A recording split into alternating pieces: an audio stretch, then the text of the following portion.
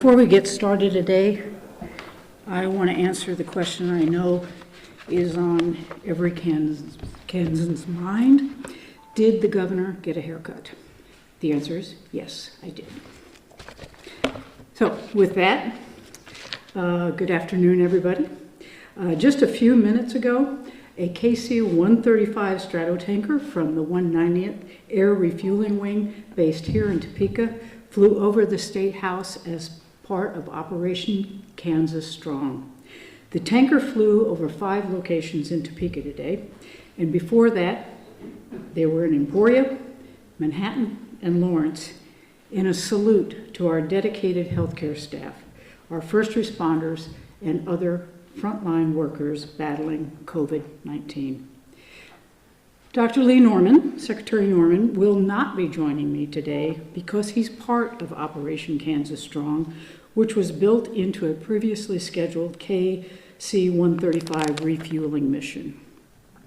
So we have Colonel Lee Norman in uniform and on board the aircraft in his military role as state surgeon for the Kansas Army National Guard. While in flight, he's making contact with several hospitals to offer our sincere thanks for their dedication and sacrifice during this pandemic. Everyone on the front lines has been absolutely heroic in helping Kansans move forward in the midst of this public health crisis. And with that, let's move on to discussing the state's reopening plan. As I've said all along, I'm relying on the data and the science to tell us how quickly or slowly we open up our economy. The dates we are looking to are targets for us to move towards, but we will not be bound to them if the data reflect a different view on the ground. Right now, the data tell us it is time for another step forward in opening as quickly as possible, but still doing it as safely as possible. Therefore, as of this Friday, May 22nd, Kansas will officially move into a slightly modified Phase 2 of our reopening plan. By being proactive and aggressive in our initial response, we've managed to stave off some of the worst aspects of this disease that we have seen take hold in other states. Our coronavirus-driven hospitalization and death rates have steadily fallen, and we've ramped up testing needed to identify who's infected before they unknowingly spread the disease. Our approach, emphasizing social distancing, has helped drive encouraging trends on the metrics we're watching, namely the disease spread, testing, hospitalization and death rates, and personal protective equipment availability. I'm encouraged by our progress. We can and will balance Kansas's individual health and safety with the state's economic health as we move into Phase 2. So here are its specifics. During Phase 2, a mass gathering restriction of 15 people or fewer will be in place. All businesses and activities slated for Phase 2 will be allowed to open with the exception of bars, nightclubs, and swimming pools. That means state-owned casinos may open if they comply with KDHE guidelines. Leisure spaces such as arcades, trampoline parks, theaters, museums, bowling alleys, all may open on Friday. Organized sports tournaments and practices will be allowed to begin on Friday, but must adhere to the guidelines and social distancing requirements laid out by the Kansas Recreation and Park Association in consultation with numerous private sports operatives, both adult and youth. What's still closed during Phase 2? Large entertainment venues with capacities of 2,000 or more, fairs, festivals, and parades, summer camps that are not state-licensed child care programs. Assuming we continue with the current trends, we expect Phase 3 to begin on Monday, June 8th, with a mass gathering limit of 45. As has been the case since the statewide stay-at-home order, was lifted, local authorities have the latitude to address their own unique situations as long as those situations move towards more restrictions, not less. And I trust that all Kansans will continue to place their own safety, health, and well-being and that of their family, friends, neighbors, and co-workers first and foremost as we continue reopening our state. We may be transitioning to phase 2, but we still have a long way to go before arriving at anything bordering on normal. Kansans should continue to wear masks, wash hands frequently, and stay home if feeling sick or running a temperature. The trend lines are going in the right direction, but the threat is still very much present, especially if you are a member of a high-risk category. And even if you are not part of a high-risk category, COVID-19 still remains a very serious threat. What happened recently at Lake Perry is a prime example of how things can spin rapidly out of control if people defy the guidelines. We know a gathering at Lake Perry in the midst of the stay-at-home order led to a wave of sickness. At least 10 people fell ill, a number that's expected to grow, and there are many others in quarantine. This serious situation delivered a sobering reminder of how the virus can aggressively spread.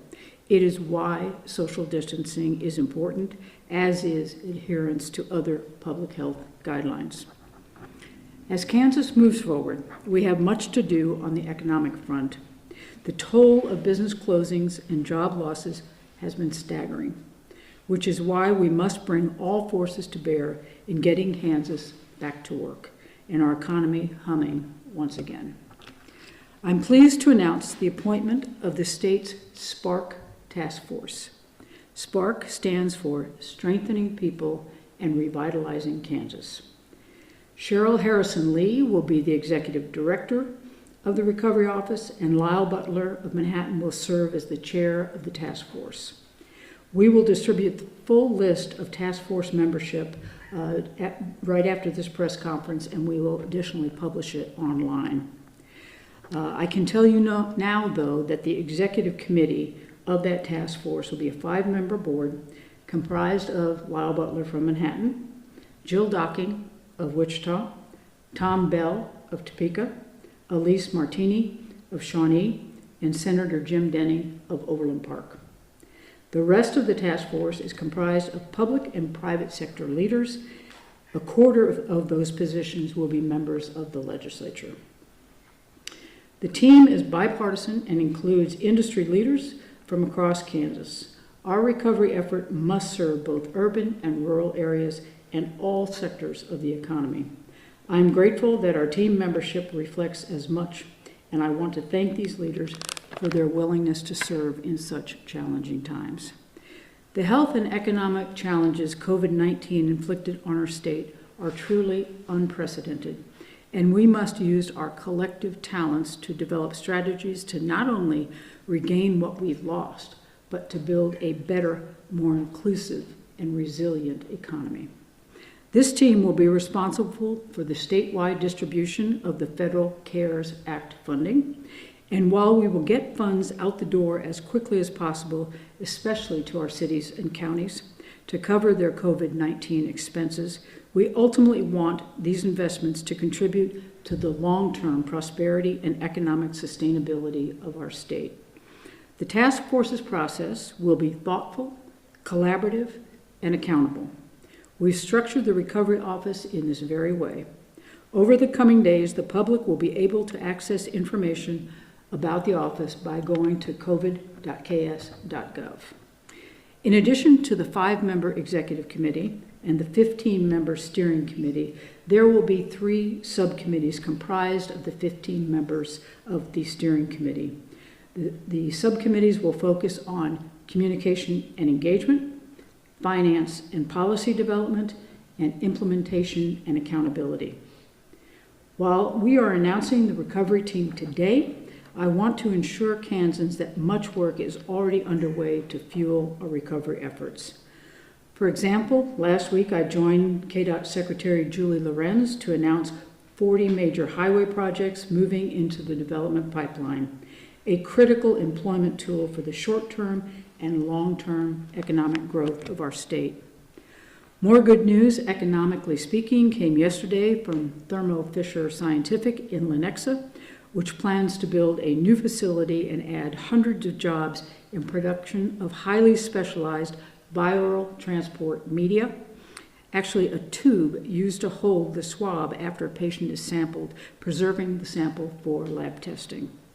The Lenexa plant is currently producing about 1.5 million of these VTM tubes each week. In order to meet nationwide demand, Thermo Fisher is expanding its operation and will add nearly 300 employees to bolster a team of more than 500 currently at work in Lenexa. That will allow them to meet the 3.85 million tubes per week that are needed. From July through December, Federal Health and Human Services will purchase at least 100 million VTM tubes and potentially as many as 170 million. Thermo Fisher Scientific is living up to its reputation as a leader in making the world healthier, cleaner, and safer. The VTM effort is just one of the company's many aspects of pandemic response. I sincerely appreciate their efforts in helping us to combat COVID-19 and the important work they're doing taking place right here in Kansas. And with that, I'll take a few questions. Governor, the Senate Judiciary Committee had a presentation on data from a data analyst in Wichita, and the suggestion was that you could have moved, the state could have moved more quickly to phase 2, and in addition to that, the suggestion was that this could be handled more locally than on a statewide. The argument was that deaths are flat and hospitalizations are declining. It sounds like you've seen some of that, you agree with some of that data in terms of moving forward to phase 2. Well, clearly, we have seen data that allow us to feel very comfortable moving into phase 2 more rapidly than we had originally anticipated, though in a somewhat modified form. If you remember, phase 2 was going to allow for a maximum mass gathering of 30. We have reduced that, and that is a direct result of what we're seeing on the ground. Things like what happened at Lake Perry, where you had more than 15 people together in an area.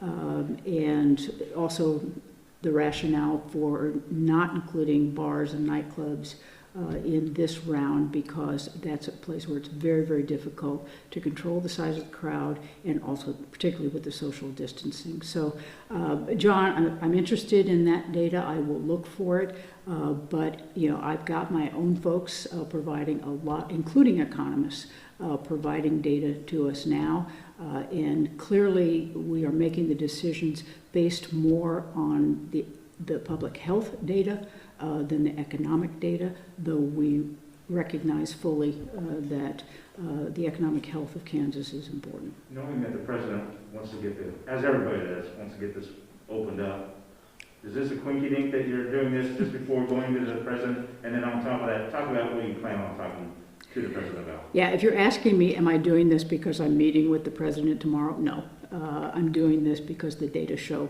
that it is safe to do this, and I'm fully cognizant that I deal with real people here, and that we have Memorial Day weekend coming up, and there was a lot of confusion about what would be allowed, what would not be allowed, and some angst about some things. So we felt if the data would allow, we would go ahead and move that date to precede the Memorial Day weekend and allow Kansans to enjoy it. Talk about what you're going to be speaking to the president about, if you would, please. Well, I fully expect that we will talk a fair amount about the meatpacking plants and the outbreaks and whatnot that we saw down there, and the tools that we use to contain it.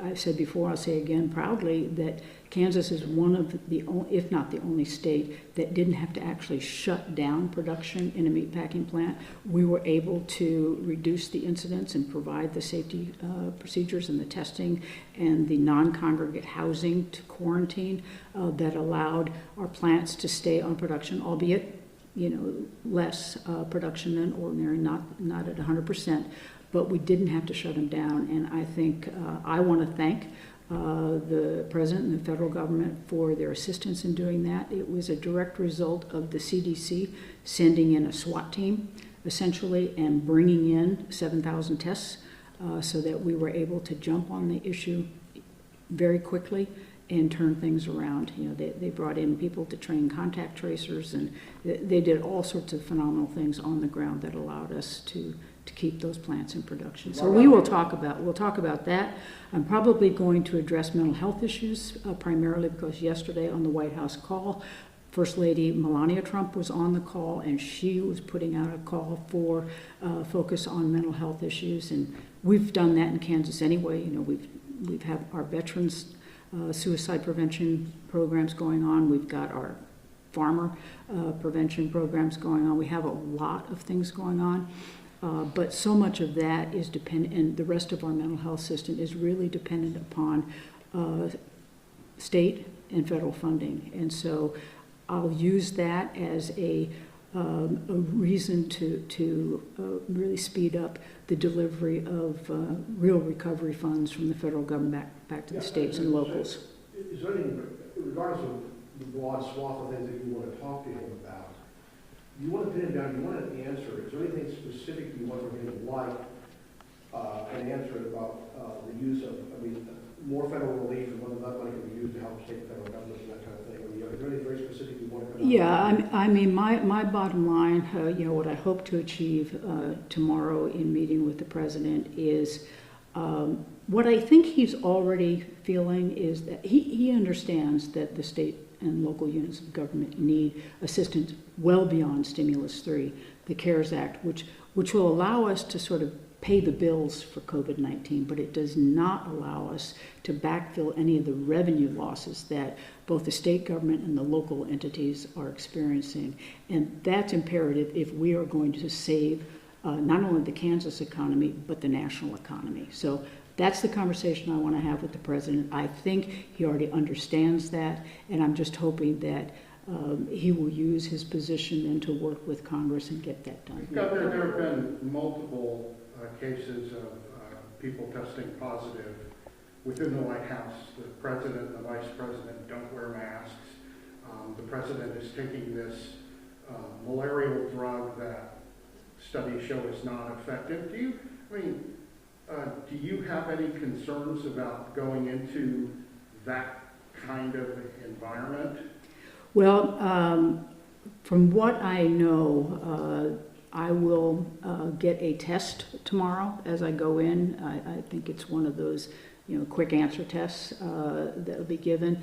I will have a mask, and I plan to wear that. And I'm assuming that there won't be that many people in the actual room, so we'll be able to socially distance.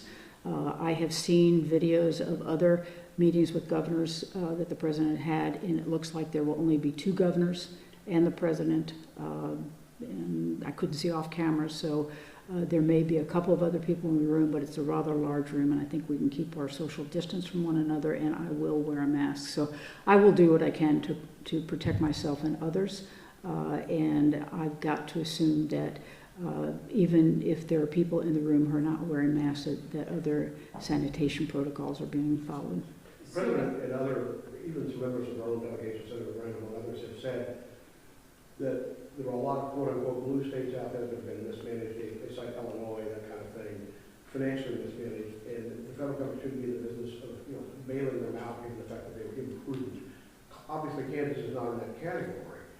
But how tough a sell do you think it's going to be in terms of, this is still an unsettled issue, isn't it, regarding the aid to state and local governments? I think it is an unsettled issue, as they all are until they're settled issues. So I think there is still negotiation going on in Washington around this. Obviously it's gotten pretty divided into partisan camps, but a lot of things do. But they have been able to come together and pass 3 previous stimulus packages. So I'm forever optimistic that in the long run, sanity will prevail, and they will do the right thing and provide the relief. Not a bailout. This is not a bailout. You know, I'm not asking for them to take care of any problems that we created by mismanagement or anything. I'm asking them just to help us out here as our revenues decline through no fault of our own. In fact, in some ways, because we followed guidelines that were put in place by the federal government, like extending the deadline for income taxes to July 15th, that just really tanked our revenues for this fiscal year.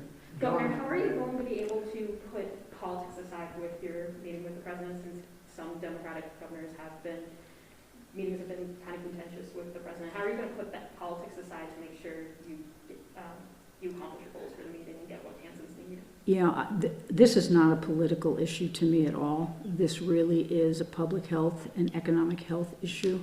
And it's all about the state of Kansas and the people of Kansas. And I have no intention of playing politics there. I don't play it here in the State House. So I don't have that baggage to take with me to Washington. Governor, when the legislature obviously coming back on Thursday, and you said a moment ago when you talked about how we're moving into a modified phase 2 and we anticipate June 8th, I think you said for phase 3.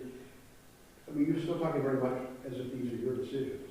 And as you know, the legislature is going to be rewriting the emergency management law. Do you have any very specific lines you want to draw as they prepare to come back in terms of what are your options? If they rewrite that law in a way that you don't think is advantageous for you and future governors, what are your options? You know, I can't really speculate on that, Jim, because I don't know what the legislature is going to do. And I was listening to the testimony. The Judiciary Committee was meeting this morning. I think they might still be meeting as we speak. And actually, the Attorney General was their witness or conferee this morning. And it was clear even from his testimony that the legislature needs to be extraordinarily careful with any action that they take this coming Thursday so that it doesn't have the unintended consequences of throwing us into a chaotic spiral. So I'm hoping that they heard him and that if they do anything, that it's to sort of fix the process that they tried to put in place at the end of the regular session that would allow for some oversight by the Legislative Coordinating Council or the State Finance Council so that they can feel like they've got some input and oversight available, you know, when they adjourn sine die later today, early in the morning, tomorrow morning, and before they come back in January. Well, Governor, is this about more than the virus? I mean, I've heard complaints from legislators, Republican legislators, consistently that they've not been kept in the loop, that they find out about things when you're getting ready to announce them as opposed to having input ahead of time. There's been some suggestion that some of this is tied to the Senate race, that there's also maybe some lingering frustration from the 2018 campaign. What do you, is there something larger at work here? Yeah, John, I wish I had the time and the bandwidth to connive and plot with those things in mind, but we really just don't have that. You know, we have done everything that we can do to include the legislature in this. You know, the fact of the matter is these are executive orders. These are the kinds of things that have to be done through the executive branch. But we have scheduled a weekly call with all, it's open to all legislators and with our local elected officials so that we can talk about these kinds of things. So we have kept them informed weekly. I think we just moved it to every other week starting on the 29th. But you know, the idea that we have not been discussing this with the legislature is just not true. But there are also things that just have to be done, you know, that as much as it's my style to be collaborative and inclusive in decision making and negotiate with folks, there are just things that we've got to do.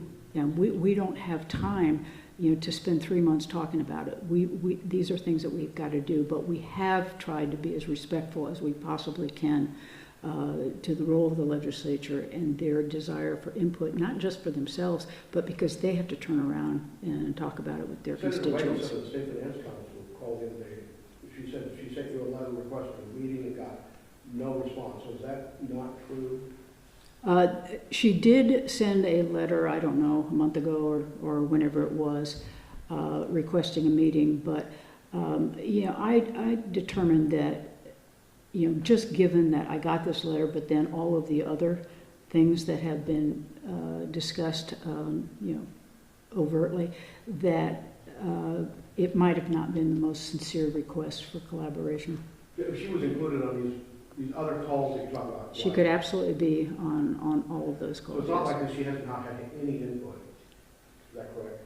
I mean, she's been on these calls. Yeah, there are lots of folks who may have not had direct input to me, but you can trust that I've got a staff out there that is, we set up a special email account just for legislators to communicate with our government affairs folks. There is not a person in legislative leadership who doesn't have my chief of staff's personal cell phone and work cell phone and can't communicate directly with him. And most of them have, by the way. So, while maybe we haven't conducted meetings in public where everybody could see that we're collaborating, the fact of the matter is that there is a lot of communication going on behind the scenes. Governor, you said there are just things you have to do executively. Give me an example of one of those. Well, for instance, just this week or late last week, I had to extend the exemption on the weight limit for trucks on the highways so that they can continue to transport food products and health care products, personal protective equipment, and don't run the risk of being pulled aside by the Highway Patrol. So those are the kinds of things. Do we want to take that to committee and discuss it and then debate it on the floor to decide if we're going to be able to do that, or is that something we ought to just be able to do because it's immediate, it's emergent, and it's temporary? I think that's the other thing that people have to understand is that all executive orders expire. As soon as the emergency is lifted, or they expire by virtue of the time frame that was put onto them, they're gone. These are temporary measures that are taken to get us through this time. I'm not asking a hypothetical here. I'm just asking a straightforward question. What is the governor's authority to call a special session of the legislature? Is that unilateral? Is that unbridled? Can we do that at any time? Do you think you have a reason to do so? I believe that I can call a special session for a specific reason.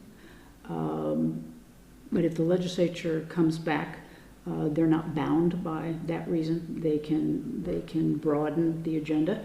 And I believe the legislature can call a special session, but I think they've got to have a 2/3 vote. So this is theoretical. If that bill that you get, whatever they're going to do, is egregious and you think damaging, and you could veto it. I could, and but the problem that we run into, yes, I do have the veto power, and because it's sine die, it would have to be a special session that would be called for them to sustain or override or change the legislation. So the danger that we run into, though, is the calendar.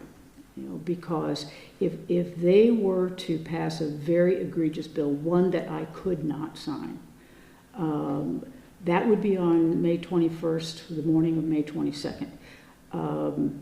The expiration of the declaration is midnight, May 25th, I believe. And so, trying to, get a special set, it would be impossible. Quite honestly, it would be impossible to do that. So whatever action they take on Thursday is one that we're all going to have to live with.